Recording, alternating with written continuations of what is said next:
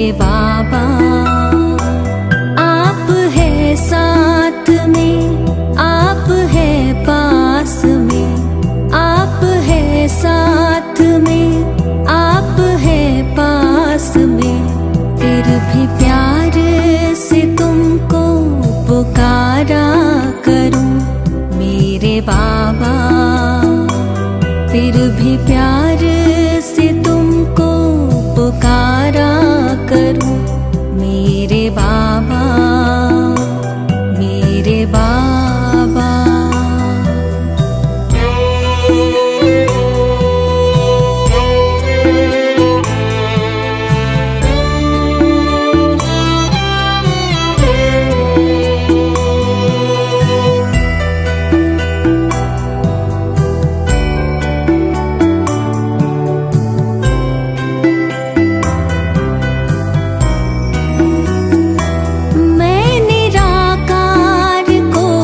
देखते देखते अब तो मैं भी निराकार होने लगी। ज्योति बिंदु मेरे आपके ध्यान में, देह दुनिया का मैं भान खोने लगी। देह दुनिया का मैं भान खोने लगी। आप यूं ही पधारे इस धाम में मेरे बाबा। मैं परम धाम में यूं पधारा करूं मेरे बाबा, मेरे बाबा।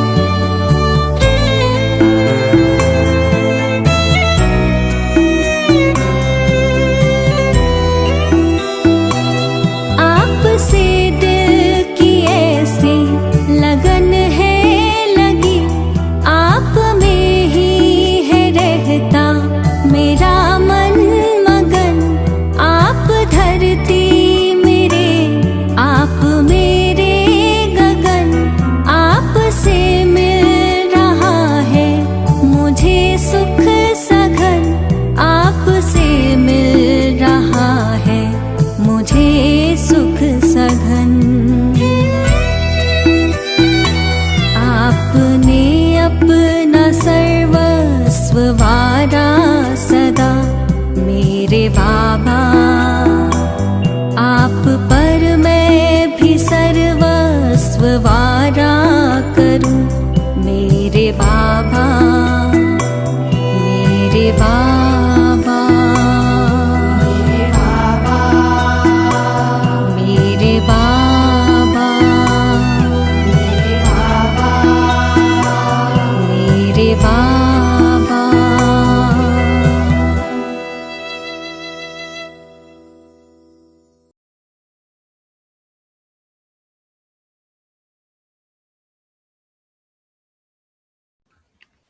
ओम शांति।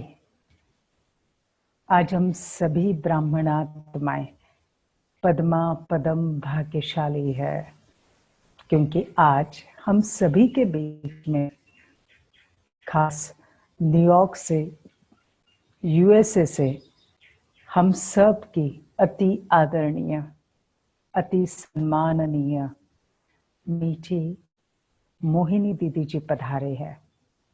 मैं दीदी जी का बहुत बहुत हार्दिक स्वागत करती हूँ। आदरणीय दीदी जी, आप इतना व्यस्त होते हुए भी आपने खास पूना वासियों के लिए विशेष समय निकाला और आपने विशेष रूप से बहुत सुंदर योग की अवस्थाएं क्या है इसके ऊपर क्लास कराने के लिए आप राजी हो गए। इसके लिए मैं आपका दिल से दीदी थैंक यू कहती हूँ, शुक्रिया कहती हूँ। आज मैं अपने सारे भाई बहनों को विशेष रूप से ये कहना चाहती हूँ कि हमारी जो दीदी जी है एक बहुत ही असामान्य व्यक्तिमत्व है। और ये असामान्य व्यक्तिमत्व माना जिन्होंने डायरेक्ट ब्रह्मा बाबा मम्मा से खास पालना ली है, और उनकी पालना का एक इतना सुंदर, हम कहेंगे कि दीदी जी के साथ इतना सुंदर गहरा उसकी एक छाप, एक प्रभाव है कि आज दीदी जी मम्मा बाबा की पालना से लगभग इस स्पिरिचुअल नॉलेज में लगभग 60 साल से एक प्रकाश स्तंभ की तरह खड़े हैं, एक आउटस्टैंडिंग स्पिरिचुअल लीडर की तरह है। आप 60 साल से इस ब्रह्मा कुमारी विद्यालय से जुटे हुए हैं और राजयोग का अभ्यास कर रहे हैं। वर्तमान समय में USA Brahma Kumaris world spiritual organisation के आप प्रेसिडेंट हैं। उसके साथ साथ यूनाइटेड नेशंस में आप ब्रह्मा कुमारीज को रिप्रेजेंट करते हैं। सबसे इम्पोर्टेंट बात, दीदी जी सिर्फ यहाँ तक रुके नहीं है, लेकिन आप अपनी सेवा एक्टिवली विशेष रूप से कर रहे हैं, और वो एडमिनिस्ट्रेटिव के रूप में, और उसके साथ साथ कई सारे इंटरनेशनल प्रोजेक्ट्स हैं। उन इंटरनेशनल प्रोजेक्ट्स में भी आप एडवाइजर के रूप में अपनी सेवाएं देते हो। कई नॉन गवर्नमेंट ऑर्गेनाइजेशंस, उनके साथ भी आपका हमेशा इंटरैक्शन होता रहता है। अंतर्राष्ट्रीय जो विशेष इंटरफेथ सम्मेलन है, ऑर्गेनाइजेशंस है, उसमें भी खास आपको इनवाइट किया जाता है।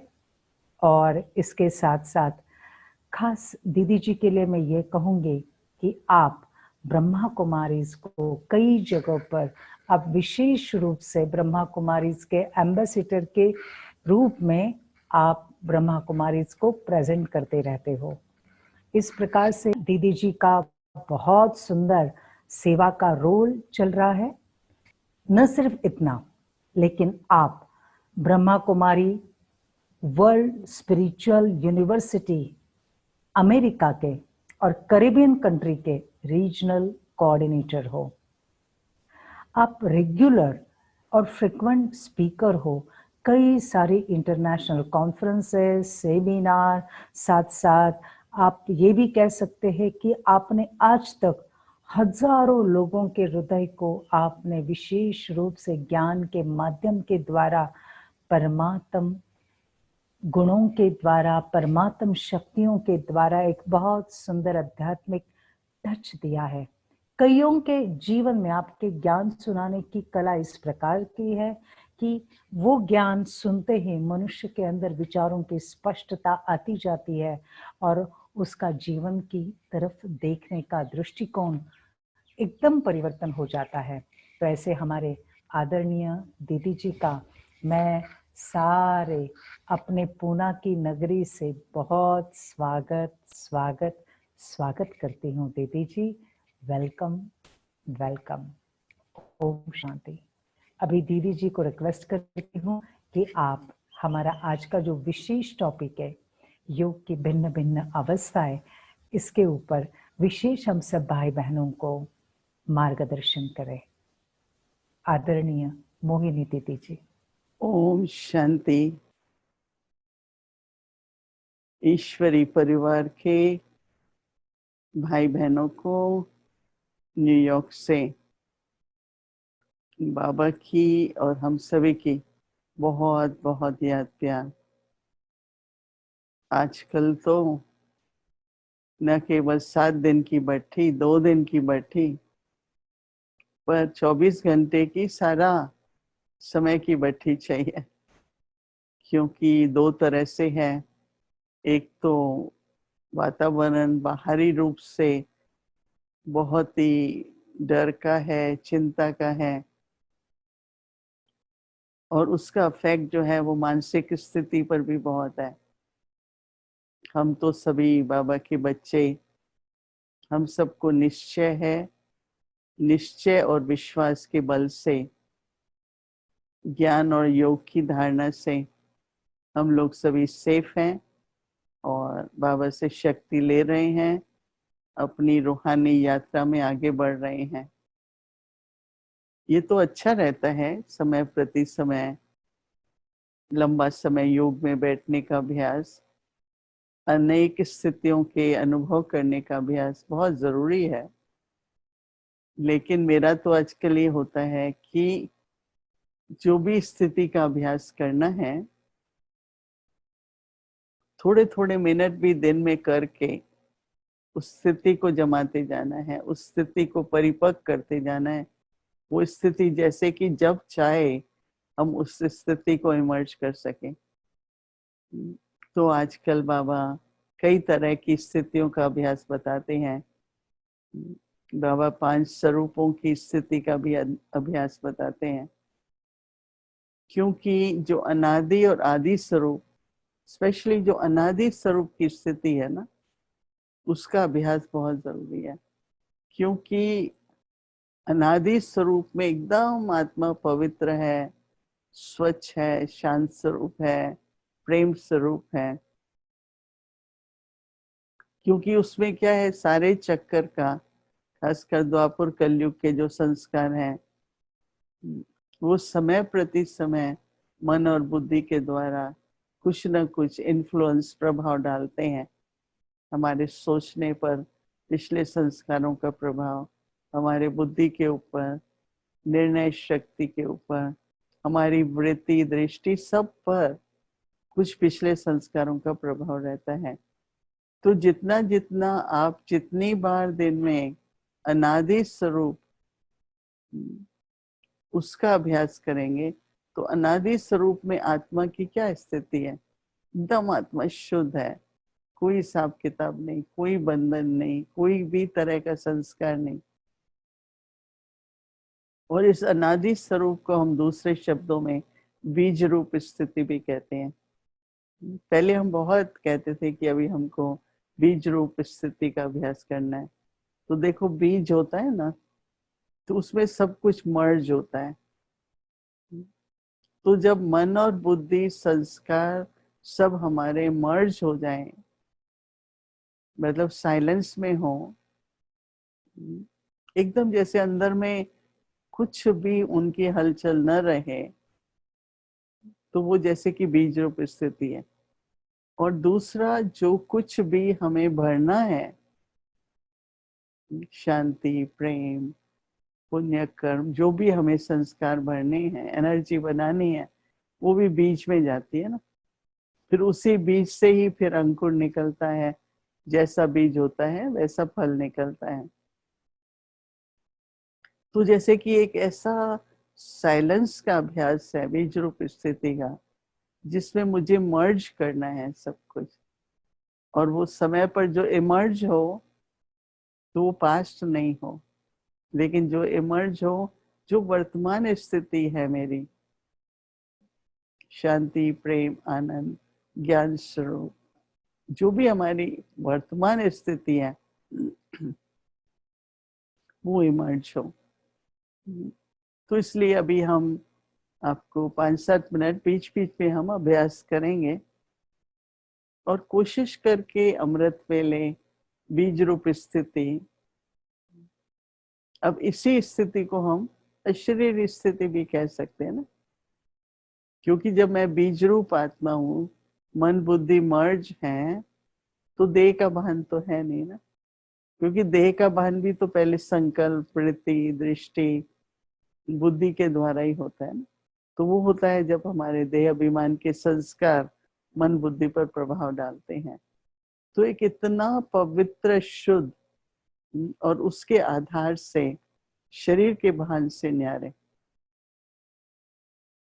मालूम है शरीर एक रथ है, मुझे उससे सेवा लेनी है, कर्म करना है, मैं कर्म योगी भी हूँ। परंतु अपनी स्थिति, बीज रूप स्थिति कहो, अशरीरी स्थिति कहो, तो अभी हम 10 मिनट के लिए वो अभ्यास करेंगे।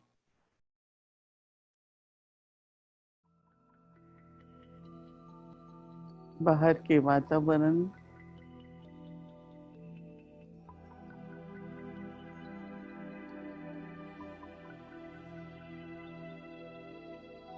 अपने शरीर से भी उपराम, मैं एक आत्मा, ज्योति स्वरूप, बिंदु रूप, अति सूक्ष्म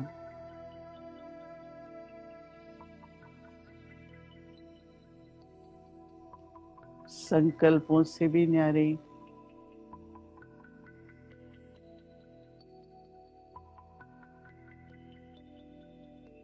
आत्मिक स्वरूप में स्थित हो।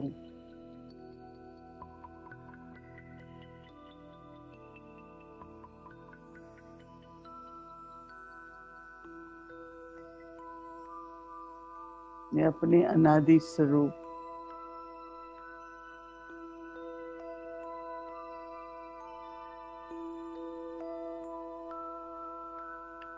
पवित्रता, शुद्धि, शांति, प्रेम,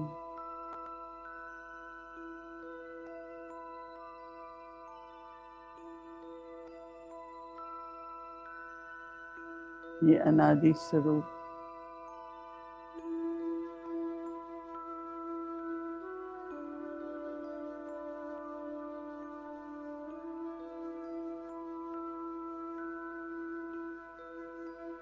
अंदर में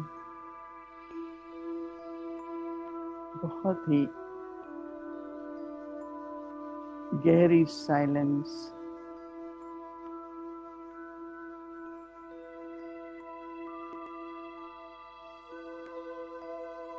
न्यारे और प्यारे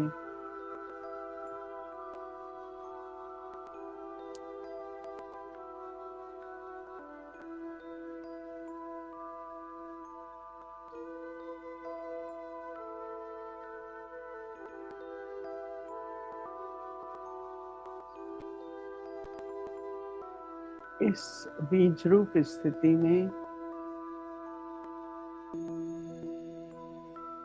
मैं परम धाम निवासी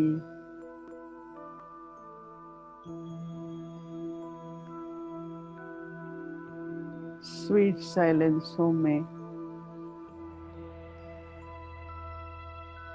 बाबा के साथ विराजमान होती हूँ।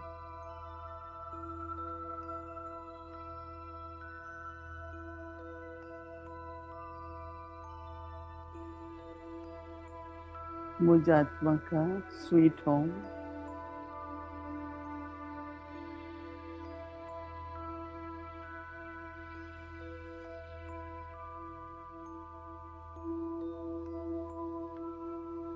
शांति धाम, निर्वाण धाम,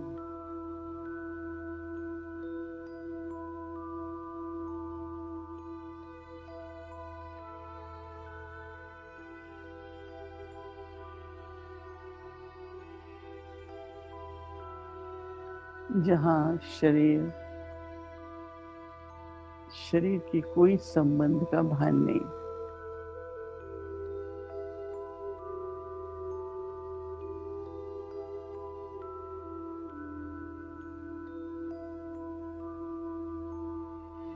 बाबा के समीपता का अनुभव,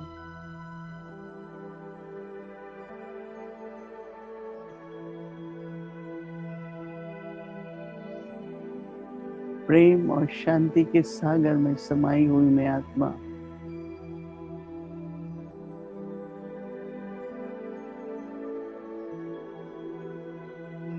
एक मग्न स्थिति,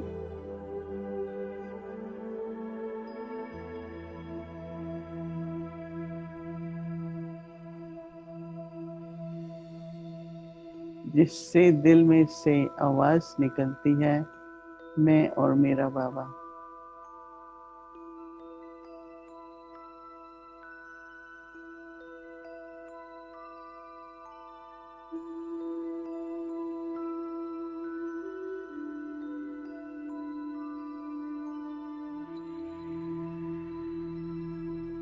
मैं अपने में बीज रूप स्थिति से बीज में सर्व शक्ति, सर्व गुणों को भरती हूँ।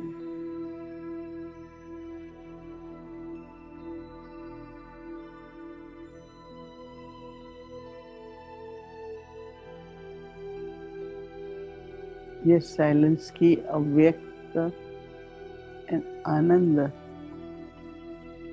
की अनुभूति।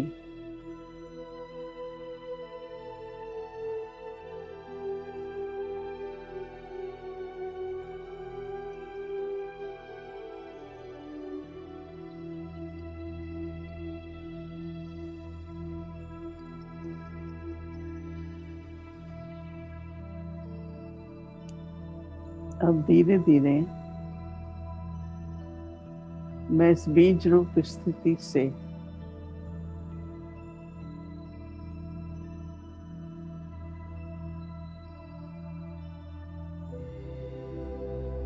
शरीर का आधार ले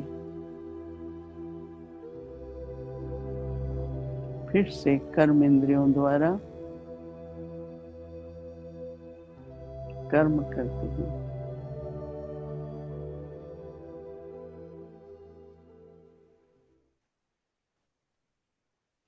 तो हम सभी ये जानते हैं कि बीज से ही फिर अंकुर, फिर धीरे धीरे सैपलिंग निकलती है, वृक्ष बड़ा होता है। तो बाबा हम बच्चों को कहते हैं, बच्चे अव्यक्त स्थिति में रहो, अपने संपूर्ण स्थिति को प्राप्त करना है।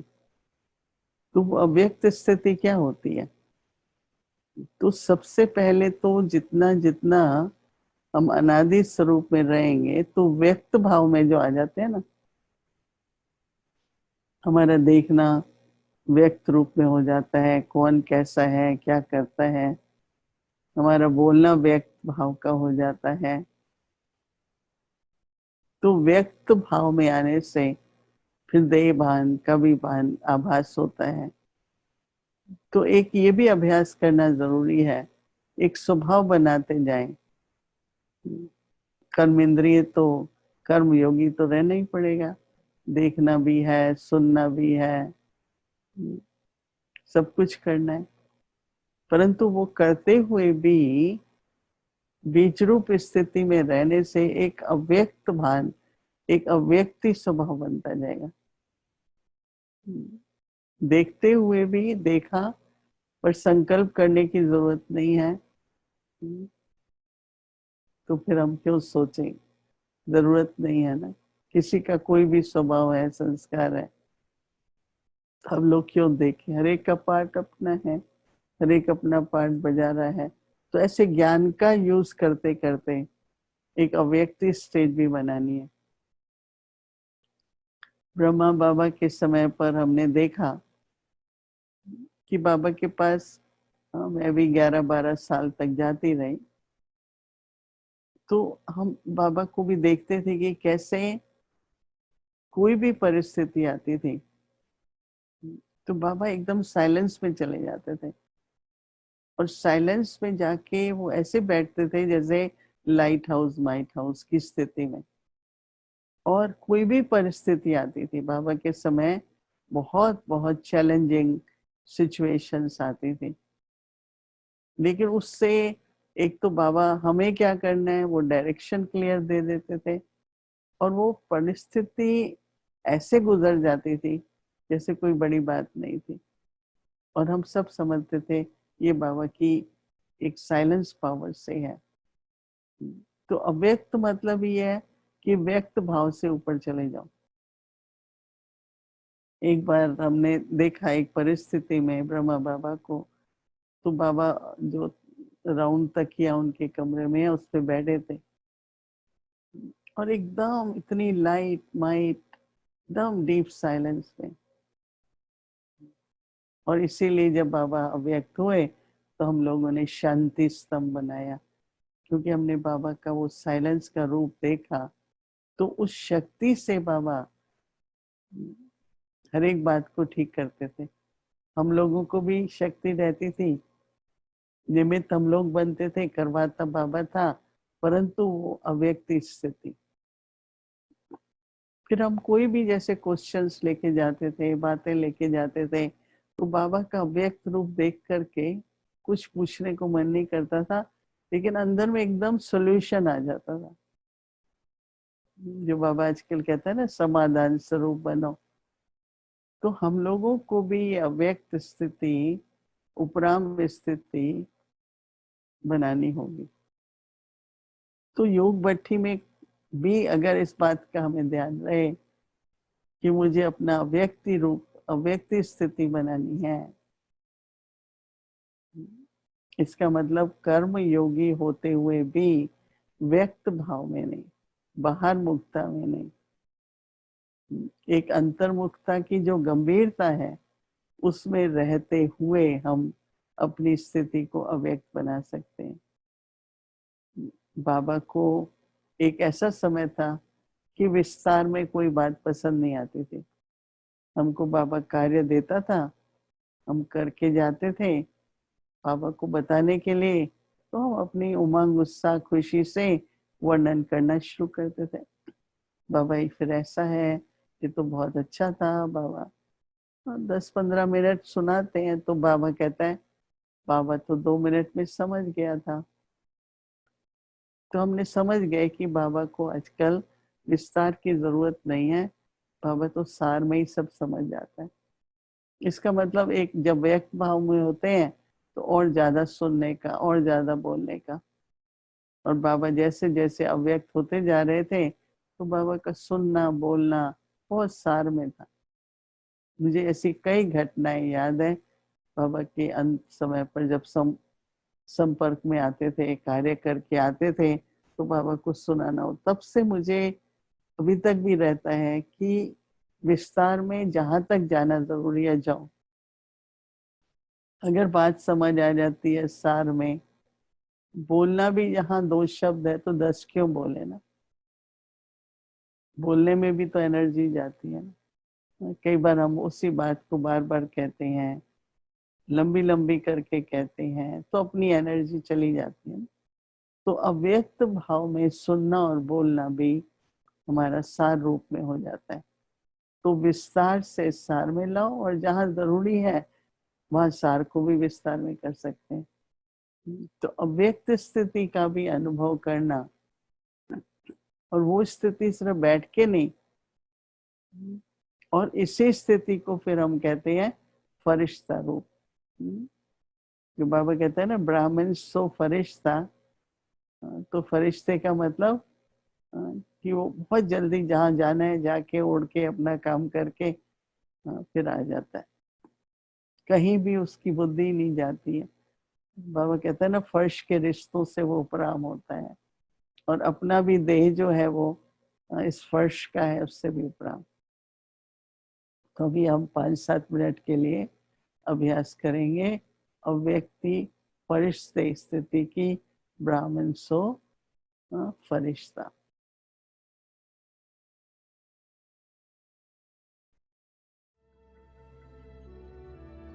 समेटने की शक्ति,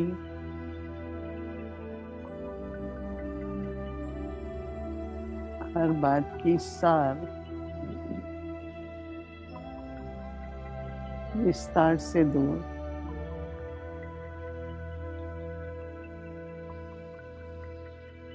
मन की एकाग्रता,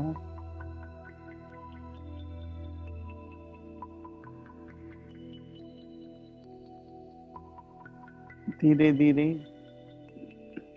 अपना व्यक्ति रूप, फरिश्ता, लाइट का रूप धारण कर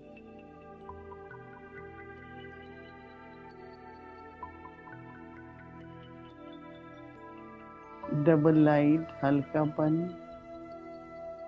प्रकाश में शरीर को धारण कर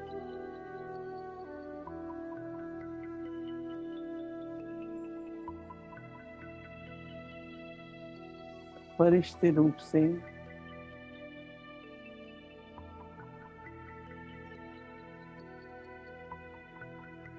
जहां भी जिस प्रकार की सेवा की जरूरत है, अपनी लाइट और माइट से मन से सेवा कर,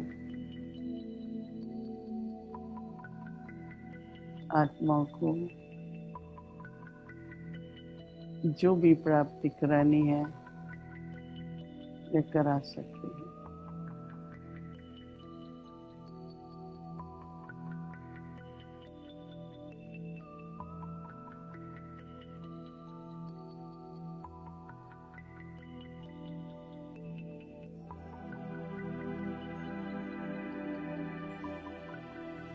यह अभ्यास, यह स्थिति स्वयं को तो धारण करनी है, पर साथ साथ विश्व सेवा के लिए भी जरूरी है।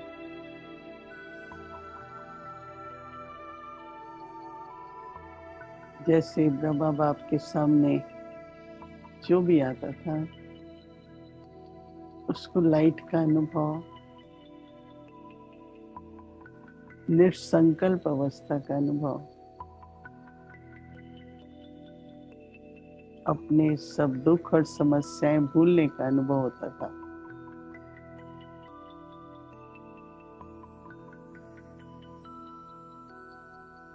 यह दुख और सुख से न्यारी स्थिति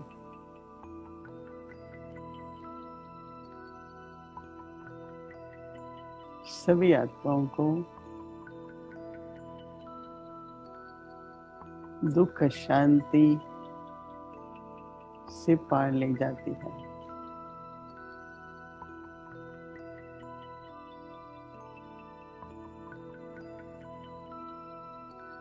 जितना भी संभव हो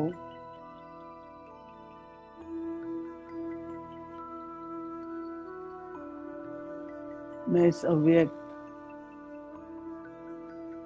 परिष्ठित रूप में रह विश्व की लाइट और माइट से सेवा करूं।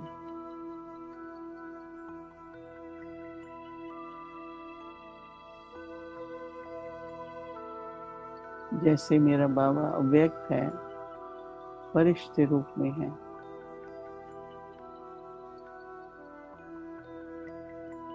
सब बंधनों से पार,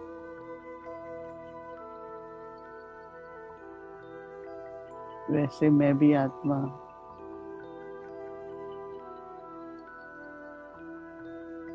परिष्ठित रूप से अव्यक्ति स्थिति से सूक्ष्म वतन में अव्यक्त बाप दादा के साथ और साथ पास का अनुभव करते हैं।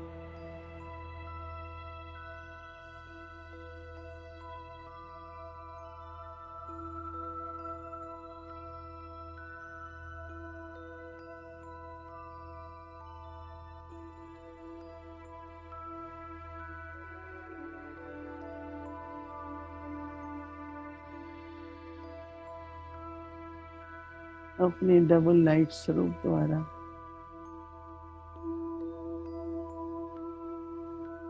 औरों को भी डबल लाइट स्थिति का अनुभव कराती है।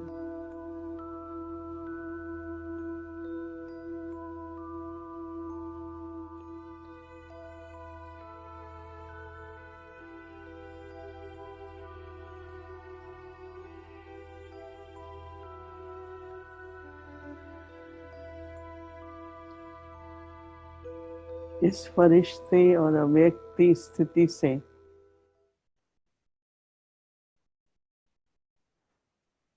कर्म इंद्रियों का प्रयोग करते हुए भी लाइट और माइट का सबको अनुभव हो, जैसे ब्रह्मा बाप से होता था। आजकल बाबा कहते हैं बच्चे अचल, अडोल और एक रस अवस्था बनाओ। तो अचल क्या होता है, क्यों, क्या, कैसे, इससे बिल्कुल ही न्यारे बनना है। ड्रामा है, पूरा विश्वास रखो कि ड्रामा में जो कुछ हो रहा है उसमें कल्याण है। न केवल कल्याण है, पर कल्याण ड्रामा से भी कल्याण हो रहा है। तो ऐसा मन में सोचने से एक अचल स्थिति रहेगी। अचल है तो संतुष्ट भी है ना। तो कोई भी बात से, जैसे बाबा कहता है दृश्य को ऐसे रखो जैसे कार्टून शो है, साइड सीन है, एक दृश्य है, तो ऐसे हमारी अचल स्थिति रहे। परिस्थितियां बाबा ने कहा अचानक आएंगी, वो हम देख ही रहे हैं दुनिया में, पर अपनी स्थिति को स्थिर रखें। फिर एक रस सदा सिमरती स्वरूप रहे। बाबा की याद, कोई ना कोई स्वरूप की याद से एक रस स्थिति, निरंतर स्थिति हम सबको बनानी है, जो न केवल बैठ के, न केवल एक स्थिति का अभ्यास करके, परंतु एक कर्म योगी की जीवन रहते हुए भी हमको अपनी एक रस स्थिति रखनी है। तो मैं तो यही कहूंगी कि अभ्यास करते रहो भिन्न भिन्न स्थितियों का, लेकिन प्रैक्टिकल में एक अचल अडोल और एक रस स्थिति बनाना बहुत बहुत आवश्यक है। तो दूर बैठे हैं पर आप लोगों से मिले और आप लोगों के साथ मिलकर ये अभ्यास किया, तो उसकी मुझे बहुत खुशी है। मेरी सबके प्रति शुभकामनाएं हैं और बाप दादा की आप सभी के प्रति याद प्यार और बहुत बहुत आप सबको बाबा की ब्लेसिंग्स, हमारी शुभकामनाएं। ऐसा कहते हुए मैं आप लोगों से विदाई देती हूँ और फिर मिलेंगे। ओम शांति। आदरणीय मोहिनी दीदी जी का बहुत बहुत शुक्रिया, थैंक यू। दीदी जी, आप इतना व्यस्त होते हुए भी हम सभी को विशेष समय निकालकर आपने बीज रूप अवस्था, फरिश्ता की अवस्था आपने बहुत सुंदर तरीके से एक्सप्लेन किया। न सिर्फ एक्सप्लेन किया, लेकिन हम सबको उसका बहुत सुंदर अनुभव कराया योग के विशेष अभ्यास द्वारा। इसलिए दीदी जी, आपके इन अनुभवों की यात्रा का बहुत बहुत तहे दिल से धन्यवाद, धन्यवाद, धन्यवाद। दीदी जी के इन सुंदर अनुभूति को हम आगे कंटिन्यू करते हैं और थोड़ी देर के लिए हम नुमा शाम को और हम बहुत सुंदर गहन अनुभूति में लेकर जाते हैं बीज रूप अवस्था की ओर। चलिए हम सब अभ्यास करते हैं थोड़े समय के लिए।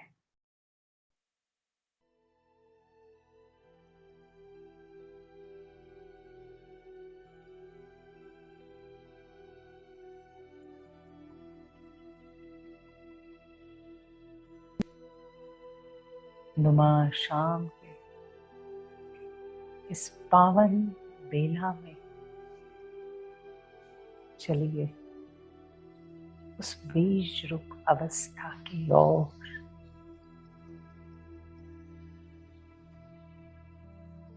बुद्धि के नेत्र से देखें। अपनी आत्मा के उस सुंदर चमकते हुए सितारे के स्वरूप को परम धाम में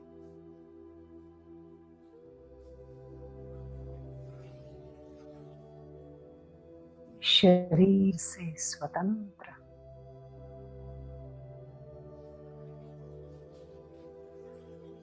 एक शांति का सितारा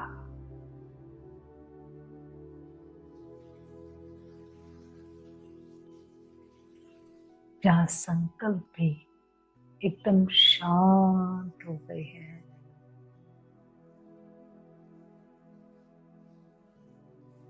आवाज भी शांत हो गया है।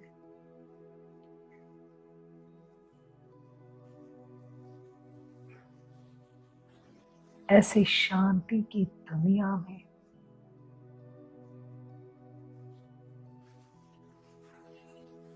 मैं सितारा स्वीट साइलेंस का अनुभव कर रहा हूं।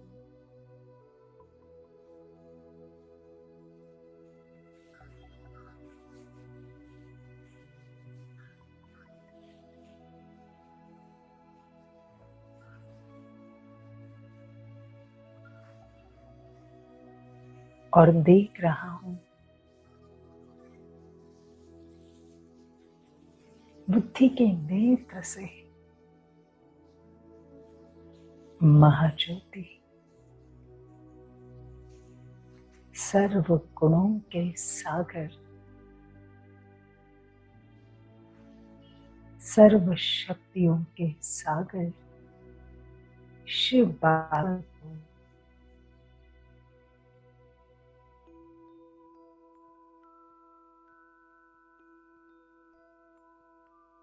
एक चमकते हुए दिव्य सितारे के रूप में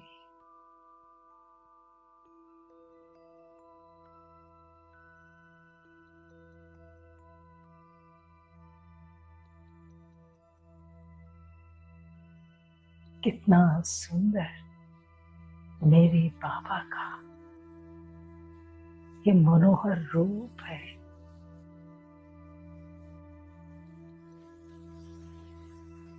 एक सितारे से फैलने वाला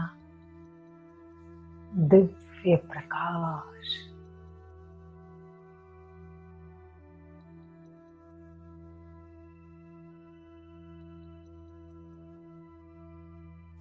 मेरा बाबा जो सब कुछ मेरा है,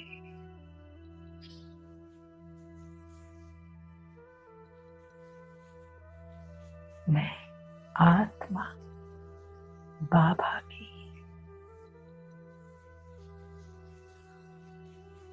और बाबा मेरा।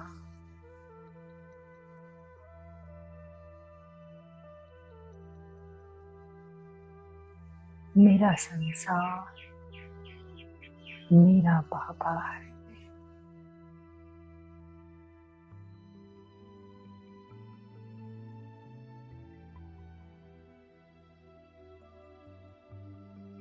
बाबा प्यार के सागर है,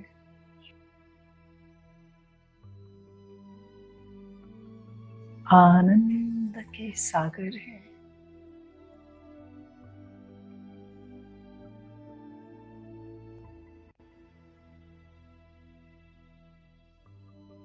पवित्रता के सागर है,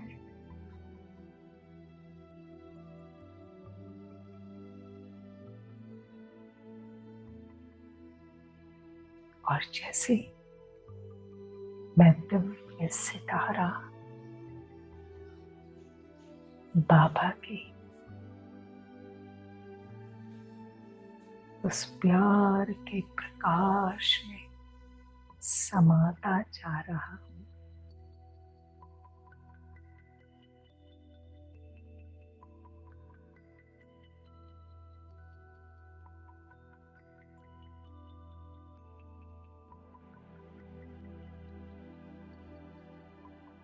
उस दिव्य अलौकिक प्रकाश ने जैसे मुझ सितारे को घेर लिया है,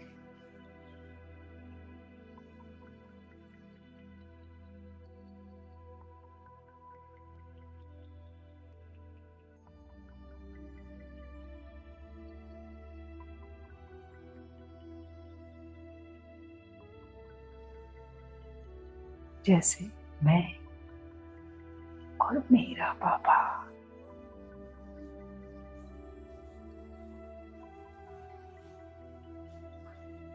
मैं और मेरा बाबा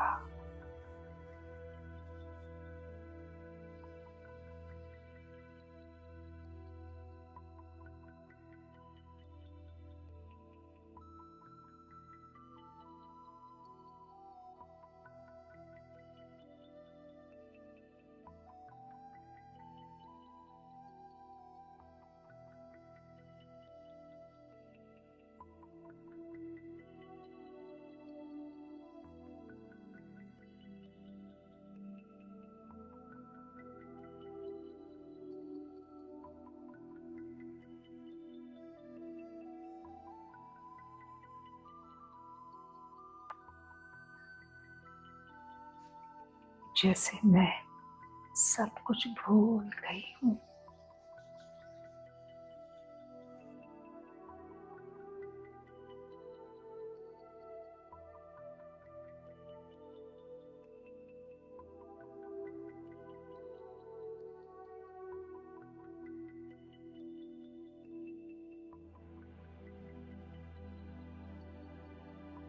कितनी डीप, गहरी, सुखद अनुभूति है।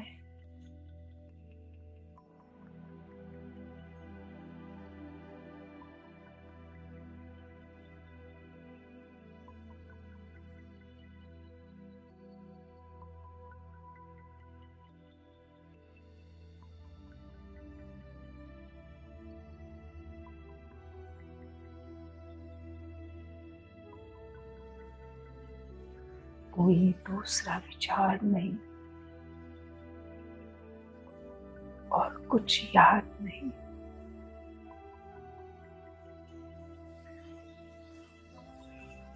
सिर्फ बिंदु रूप बाबा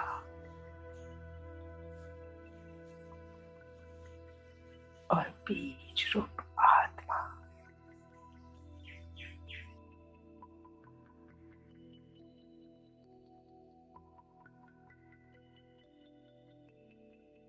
कुछ क्षणों तक इसी अवस्था में समाये रहे।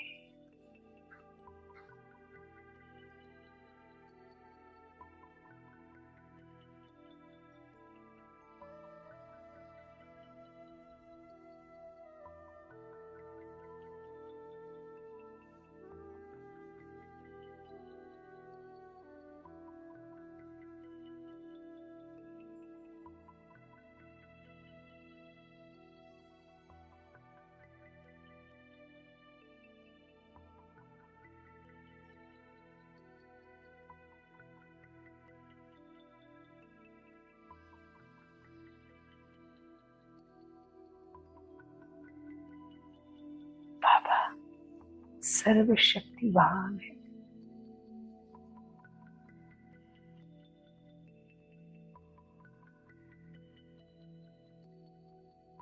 बाबा से मुझ आत्मा पर सर्व शक्तियों की किरणें आ रही हैं।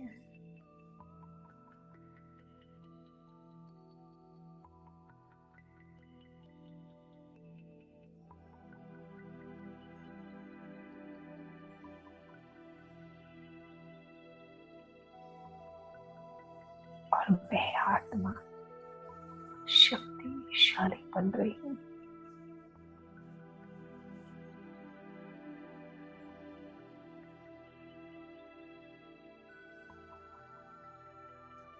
बाबा की एक एक किरण मुझ आत्मा में समा रही है।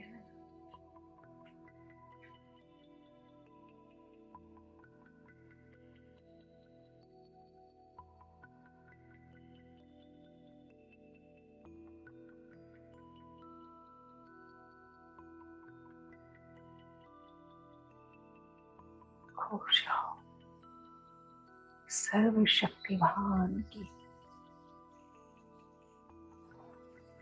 सुंदर अनुभूति में, छत्र छाया में।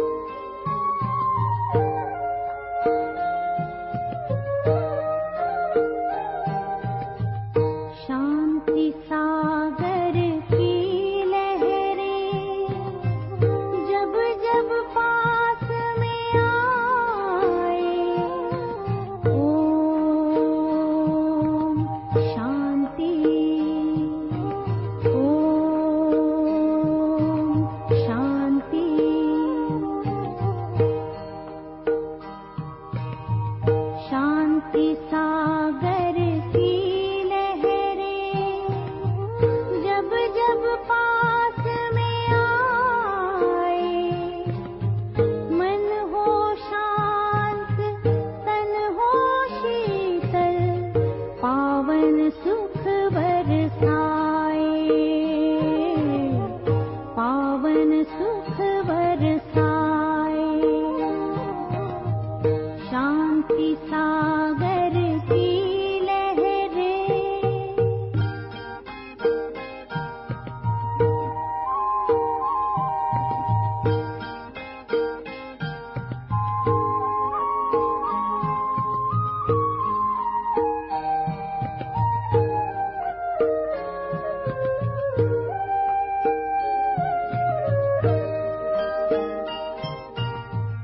चलता चलता उस सागर में जब कोई खो जाए,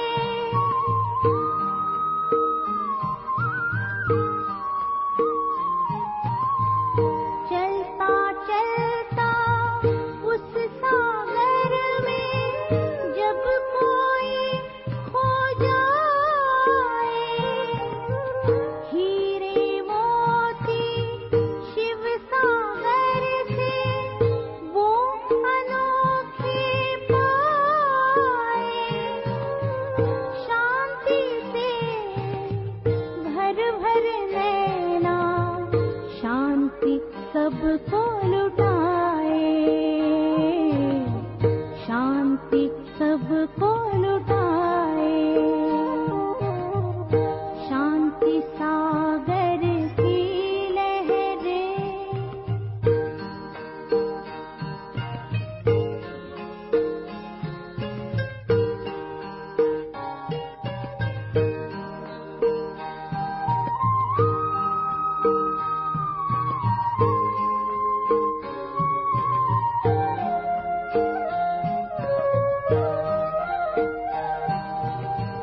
शांति अमृत के सागर में जो कोई गहरा जाए,